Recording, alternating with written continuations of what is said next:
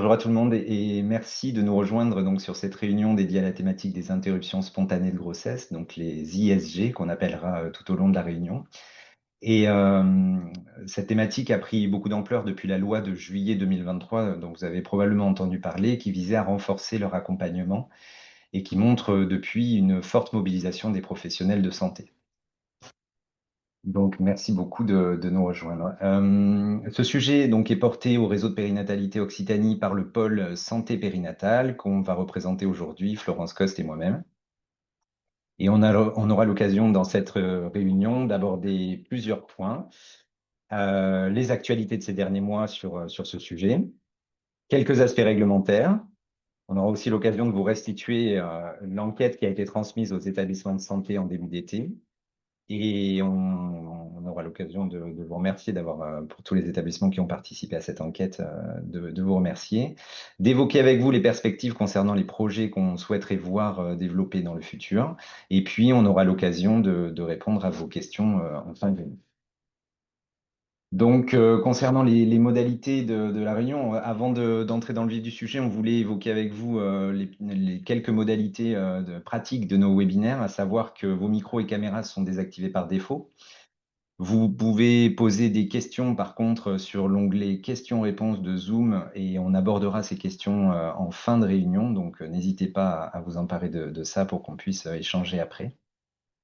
Vous aurez aussi l'occasion de répondre à un rapide questionnaire en fin de réunion, un questionnaire de satisfaction dans lequel vous pourrez nous faire remonter vos besoins et éventuellement nous contacter par mail si vous le souhaitez.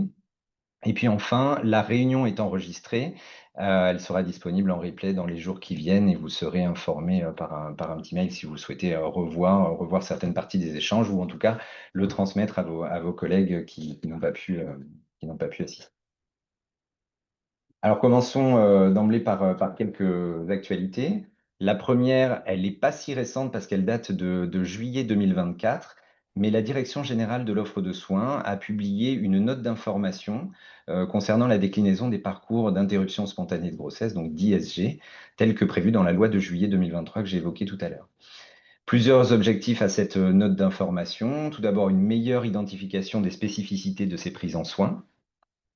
C'était aussi de favoriser la coordination de l'action des professionnels, de proposer une prise en charge socle à toutes les femmes et à leurs partenaires, et au-delà de cette prise en charge socle, garantir un parcours gradué au-delà de cette prise en charge systématiquement proposée.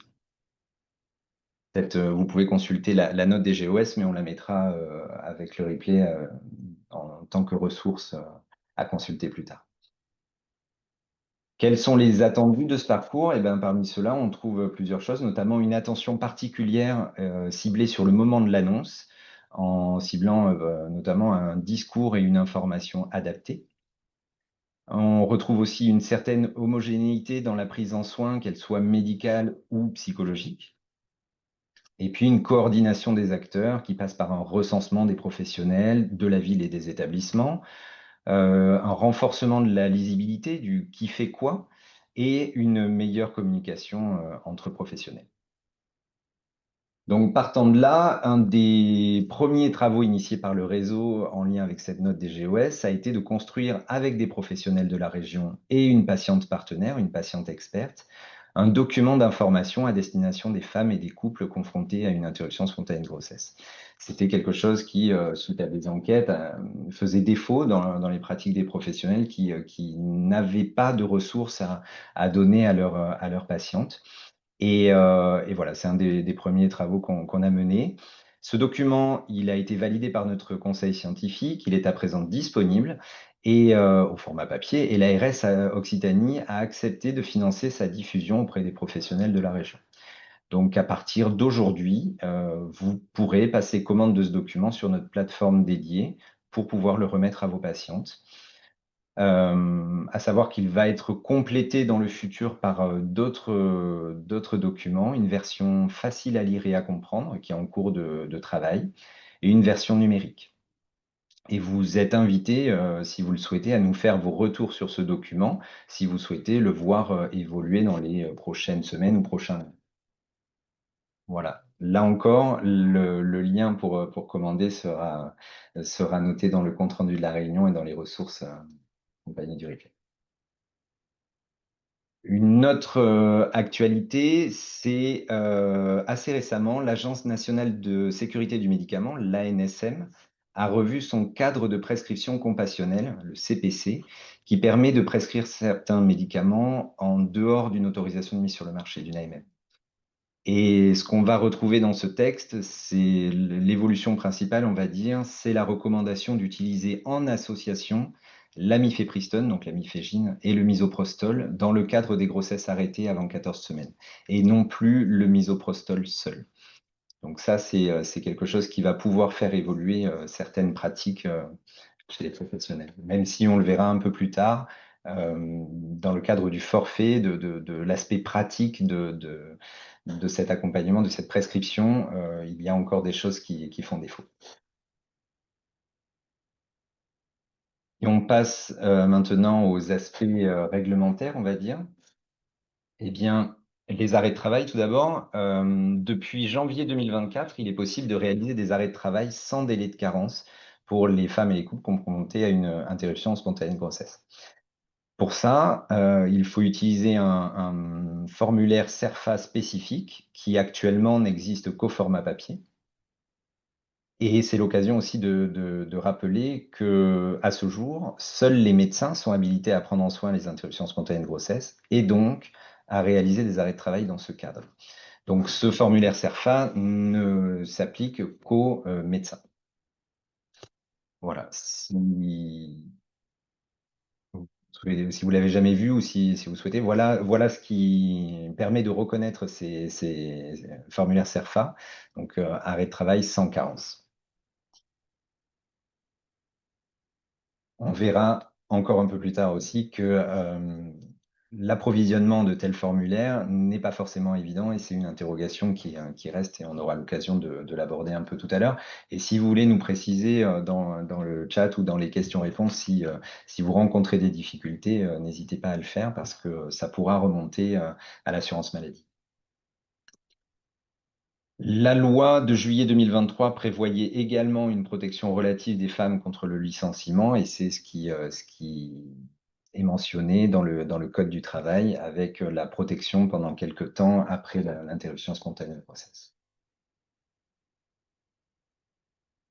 Concernant la facturation en ville, donc par les professionnels, les médecins de ville, voilà ce que dit la CPAM sur le forfait fausse couche sur son site amélie.fr. À noter que ce forfait, toujours d'après la CPM, n'a été utilisé en 2024 chez nous en Occitanie que dans 150 situations pour une trentaine de médecins prescripteurs, ce qui est loin de l'estimation des 8 à 10 000 interruptions spontanées annuelles estimées dans notre région. Voilà. Là encore, on est conscient et on l'abordera un petit peu plus tard que la valorisation financière de ce forfait n'est peut-être pas suffisante.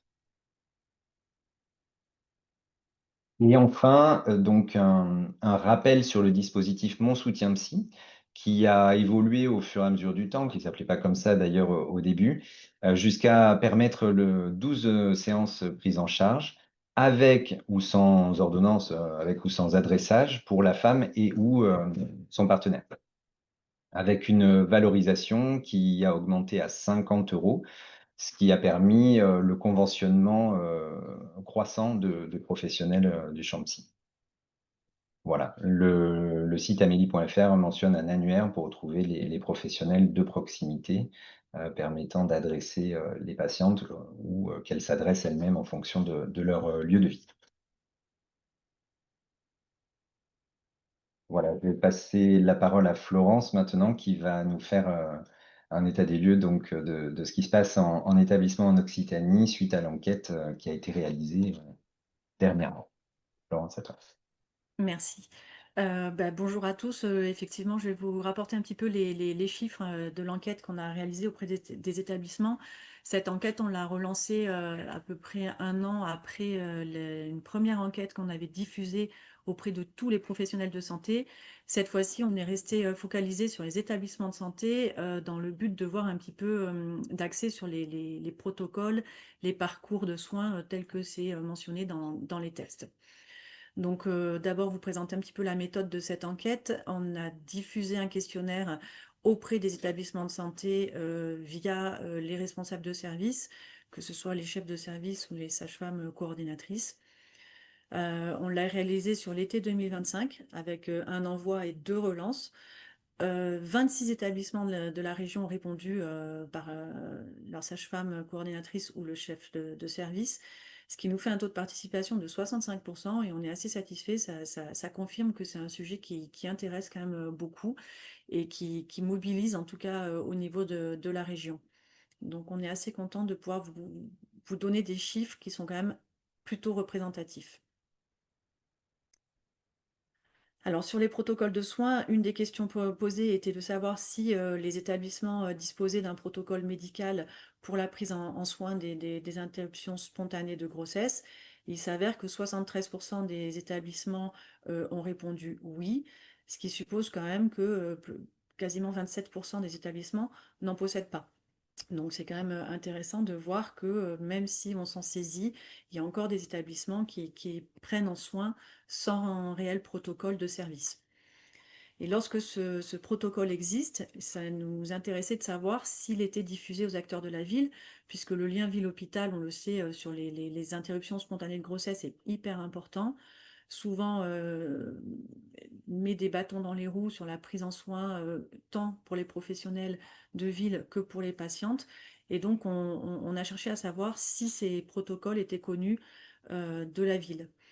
Et en l'occurrence, ben, dans 53% des cas, les établissements confirment que le protocole n'a pas été diffusé aux acteurs de la ville. 26% n'en ont pas connaissance, mais quand même, on a 21% d'établissements qui ont diffusé le protocole auprès de son bassin de vie et bassin professionnel. Donc c'est assez intéressant que c'est en train de se mettre en place. Alors sur les parcours de prise en charge, donc on a bien distingué le protocole médical du parcours de prise en charge, qui n'est pas tout à fait similaire. 46% des établissements disposent d'un parcours dédié en interne. Ça veut dire que la patiente qui est reçue pour une interruption spontanée de grossesse a un parcours bien défini et va passer par différentes étapes. Et 30% des bassins de population ont mis en place ce parcours en partage avec les acteurs de la ville. Ça veut dire qu'ils l'ont diffusé aux acteurs de la ville, tout comme le protocole, pour permettre de faciliter un petit peu les échanges ville-hôpital. Alors l'accès aux psychologues, on a vu que c'était un point important sur la loi qui a été diffusée en 2023. 64% des établissements font intervenir un ou une psychologue dans le cadre d'une interruption spontanée de grossesse. Et sur ces 64% qui peuvent le proposer, 25% seulement le font de manière systématique. Donc ce n'est pas encore une action qui est bien ancrée au niveau des professionnels et des établissements, mais quand même, on y pense. Et sur les établissements qui ont répondu qu'ils ne proposaient pas de psychologue, eh bien, les raisons invoquées, c'était que ben, pas de temps dédié, on s'en doutait un petit peu, c'est les ressources humaines qui pêchent un petit peu. Il n'y a pas de psychologue en maternité, c'est un petit peu toujours pareil, les ressources humaines. Il y en a qui se disent que c'est selon la situation qu'on va proposer ou pas. Et dans un autre cas, deux établissements ont répondu en toute franchise que ça n'était même pas suggéré par les professionnels. Donc c'est intéressant aussi de voir qu'on a encore du travail sur l'accès aux psychologues dans le cadre des interruptions spontanées de grossesse. Alors les groupes de parole en intra-établissement, on a aussi posé cette question parce qu'on a vu lors de nos enquêtes précédentes que pour les patients, c'était assez intéressant de pouvoir intervenir dans des groupes de parole. Pour le vécu, ça aide quand même pas mal. Seulement 8% des établissements de la région, en tout cas de ceux qui ont répondu, disent avoir mis en place un groupe de parole. Et sur tous ceux qui ne l'ont pas fait, 22% l'envisagent. Donc c'est quelque chose qui commence à prendre forme tout de même dans nos établissements de santé. Et ça se travaille en tous les cas un petit peu au niveau régional. Alors sur les groupes de parole en extra-établissement, parce que bon, les établissements ne peuvent pas tout gérer, et c'est vrai qu'il y a des associations ou des actions locales qui peuvent permettre la participation sur des groupes de parole. On a posé la question si les établissements de santé étaient informés de l'existence de ce type de groupe. Et bien dans 52%, les établissements n'en ont aucune idée. Dans 20%, ils savent qu'il n'y a rien sur le territoire, ça veut dire qu'ils se sont quand même renseignés. Et dans 28% des cas, il existe des groupes de parole en extra-établissement et on peut supposer que du coup, il y a une interaction établissement et association ou groupe de parole en tous les cas. Voilà.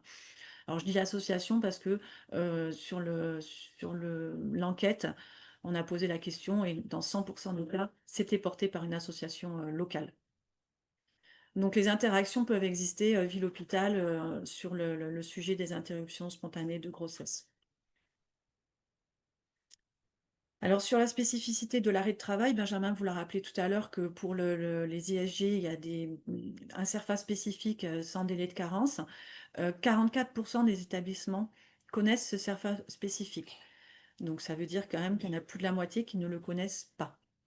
Donc ça, c'est important de pouvoir diffuser cette information et on espère qu'aujourd'hui, on va pouvoir, grâce à ce webinaire, mobiliser un petit peu les professionnels qui sont en établissement pour pouvoir proposer ce CERFA spécifique pour les patientes qui vivent une interruption de grossesse. Et sur les 44% qui le connaissent, 63% jugent l'accès facile pour le récupérer, puisque Benjamin vous l'a rappelé, il est uniquement en format papier. Et quand même 27% le jugent difficilement accessible. Voilà. Enfin, non accessible, pardon. Donc lorsqu'il est utilisé, on a aussi posé la question, est-ce que les femmes le refusent? Parce que utiliser le CERFA spécifique sans délai de carence, ça suppose que l'employeur pourra objectiver un désir de grossesse.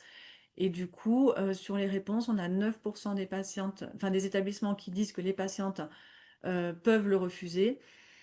55% des établissements ne savent pas si les patientes, voilà, donc là c'est relativement logique puisque c'est passé par le chef de service ou la sage-femme cadre, donc pas forcément les personnes qui prescrivent, donc ils ne sont peut-être pas encore enseignés.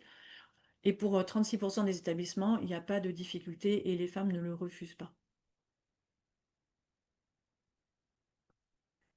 Alors, les retours sur la prise en charge des interruptions spontanées de grossesse, il était remonté au RPO par la part de certains établissements qu'il y aurait une augmentation d'arrêts de grossesse, d'arrêts spontanés de grossesse. On a profité de notre enquête pour interroger un petit peu les établissements là-dessus. Et tout de même, sur le nombre d'établissements qui ont répondu, 25% ont pu constater une augmentation. Donc, du coup, ça nous interroge un petit peu. 46% n'ont pas vu de différence et 29% ne savent pas, ne se sont pas interrogés sur cette question. Donc, pour nous, il est intéressant de s'interroger sur les données épidémiologiques et l'importance du codage, en fait, sur les prises en charge en établissement, notamment, pour pouvoir suivre ce nombre parce que on a du mal, Benjamin vous l'a dit tout à l'heure, on a du mal à exploiter les données, on a du mal à retrouver le nombre réel d'interruptions spontanées de grossesse, le type de prise en charge, que ce soit médicamenteux, chirurgical, le nombre de consultations, enfin tout ça c'est un peu compliqué parce que bah, dans les établissements, c'est des fois l'urgence, c'est des fois des personnes différentes qui codent, qui ne savent pas ce qui s'est passé exactement. Donc, je pense qu'on a un beau travail à réaliser là-dessus pour pouvoir avoir des données beaucoup plus exploitables et objectiver ou non cette augmentation potentielle des interruptions spontanées de grossesse. Alors, on vous a mis là aussi le sujet de la rémunération et des cotations en ville. Benjamin vous en a parlé tout à l'heure.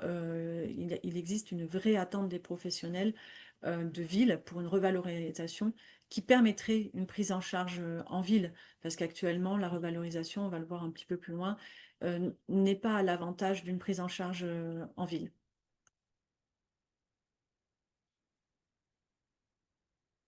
Alors, les perspectives maintenant un petit peu sur tous ces éléments qu'on a pu ressortir de cette enquête.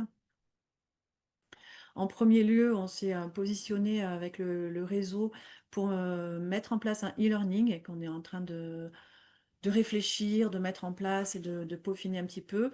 Le besoin est identifié lors des différentes enquêtes, que ce soit l'enquête de l'année dernière ou celle-ci, que les professionnels ont besoin de formation. C'est une demande vraiment de la part des professionnels, que ce soit les médecins, les sages-femmes, les échographistes, les psychologues, etc. Tout le monde ressent ce besoin-là. Donc actuellement, on en est au tout début, hein, on est sur l'élaboration du programme et on sait d'ores et déjà que ce sera axé sur l'annonce d'une grossesse arrêtée. L'objectif étant de pouvoir vous mettre en ligne ce e-learning sur le dernier semestre 2026. Alors, en parallèle de ce e-learning, on aimerait monter un groupe de travail régional. Alors, pourquoi ce groupe de travail régional? Ben, pour une homogénéité pardon, des prises en soins, avec comme objectif l'élaboration d'un parcours interruption spontanée de grossesse un peu régional tel que demandé par la note de 2024, le juillet 2024. Les définitions du parcours socle et du parcours gradué, essayer de voir si au niveau régional on arrive à se mettre d'accord, que ce soit sur la région ou bien sur des territoires donnés en fonction des données locales de définition de ce parcours. Donc, évidemment, on va vous solliciter parce qu'un groupe de travail régional, ça ne peut pas se faire en intra-RPO. On va avoir besoin de vous. Donc, la méthode, on vous la met là rapidement. Ce sera des réunions en visio avec une fréquence à définir une fois qu'on aura constitué le groupe de travail. Ce sera animé par le RPO puisque c'est un petit peu notre rôle de pouvoir coordonner un petit peu tout ça. Et vraiment, l'idée, c'est que ce soit pluridisciplinaire pour avoir un regard croisé sur ces parcours. Du coup, on va faire un petit appel à candidature sur ce webinaire. Si vous êtes intéressé pour participer à ce groupe de travail régional, ben, on est fort intéressés nous aussi et on vous laisse vous inscrire via le QR code pour ce groupe de travail. Alors, les autres perspectives qui seront pour le coup discutées en groupe de travail, ça va être un petit peu plus l'objectif final.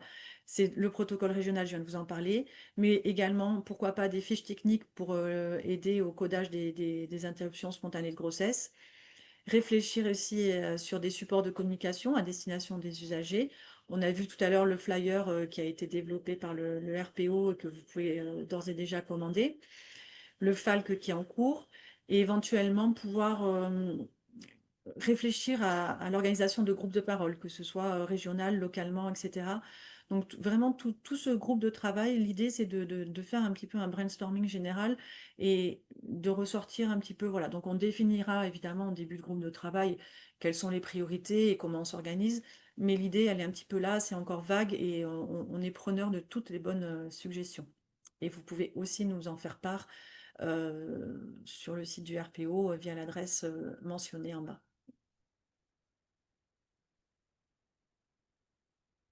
Alors, je repasse la main à Benjamin parce qu'il nous reste encore quelques interrogations suite à ce travail sur les interruptions spontanées de grossesse. Oui, merci Florence. Du coup, je remets le QR code, il sera affiché en fin de réunion, donc pas de précipitation, et dans le compte rendu de la réunion aussi. Donc, vous pourrez. On est encore aux phases de préinscription, donc il y a du temps. L'idée, on l'a peut-être pas noté ici, mais c'est pour un début de réunion début 2026. Donc, il y a encore un peu de temps et ça laissera à tout un chacun le temps de s'organiser.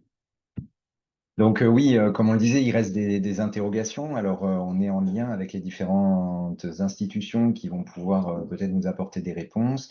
On en a listé quelques-unes ici, sachant qu'il y en a probablement d'autres. Et si vous en avez de votre côté, n'hésitez pas à nous les écrire de manière à ce qu'on puisse vous répondre si on a la réponse. C'est pas forcément le cas, mais en tout cas faire remonter à l'ARS, à la CPAM et pourquoi pas au-delà de l'échelon régional à la DGOS, pourquoi pas, comme ça a pu être le cas et vous le verrez.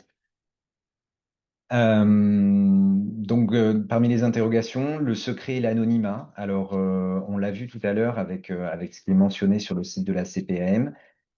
Ça semble plutôt clair pour tout ce qui concerne la ville, mais pas forcément pour ce qui se passe en établissement. Donc, des interrogations subsistent, notamment, ben voilà, est-ce que le secret et l'anonymat est possible pour les mineurs en ville et à l'hôpital, pour les majeurs en ville et à l'hôpital? Est-ce que si, en théorie, c'est pratique, C'est faisable. Est-ce qu'en pratique, ça l'est aussi? C'est-à-dire, est-ce que il n'y aura pas de décompte envoyé aux parents, par exemple? Et ça, c'est des parcours qui nécessitent une réflexion déjà assez générale de la part de la CPAM, mais aussi au sein des établissements pour identifier des moyens de garantir ce secret et cet anonymat. Donc, c'est des questions qui sont remontées à l'échelle de la CPAM et dont on attend des réponses et qu'on ne manquera pas de vous communiquer quand on les aura. On l'a dit tout à l'heure, le forfait de prise en charge des interruptions spontanées de grossesse en ville est pour le moins obsolète. On vous a mis un petit rappel sur ce qu'il comprend, donc une consultation pré, encore à 25 €. Une échographie, pas de forfait consultation de ville, un forfait médicaments qui couvre le seul misoprostol et ne tient pas compte du cadre de prescription compassionnelle récent de l'Agence nationale de sécurité du médicament, un petit forfait de dispensation et surtout pas de consultation post et pas d'investigation, notamment au contrôle échographique. On ne peut pas s'empêcher de mettre en regard ce forfait FFC avec le forfait IVG tel qu'il est bien balisé actuellement et qui n'est pas du tout sur le même rapport de financement. Alors la question, c'est voilà, est-il envisagé une revalorisation de ce forfait? Eh bien, on a eu confirmation très récemment qu'après l'avoir interrogé sur ce point, nos référents périnatalité à l'ARS ont sollicité la Direction générale de l'offre de soins à ce sujet, qui a exprimé souhaiter s'emparer du sujet. Donc, on espère pouvoir voir arriver dans le futur une revalorisation de ce forfait qui permettait une prise en charge de ville et plus seulement un déport vers les urgences des établissements, comme c'est majoritairement fait actuellement. On a aussi des interrogations concernant les arrêts de travail. Comme je le disais un peu plus tôt, on a eu l'écho de difficultés pour certains établissements ou certaines structures de s'approvisionner en CERFA spécifiques. Donc, on attend une réponse de la CPAM pour savoir si le circuit est le bon, si c'est actuellement qu'il y a des petites difficultés d'approvisionnement ou si ça va se résoudre. Et puis, de savoir si une dématérialisation de cet arrêt de travail spécifique est prévue. Parce qu'on sait que la CPM a vocation à au maximum dématérialiser les arrêts de travail. Est-ce qu'il est prévu de le faire sur ce sujet-là?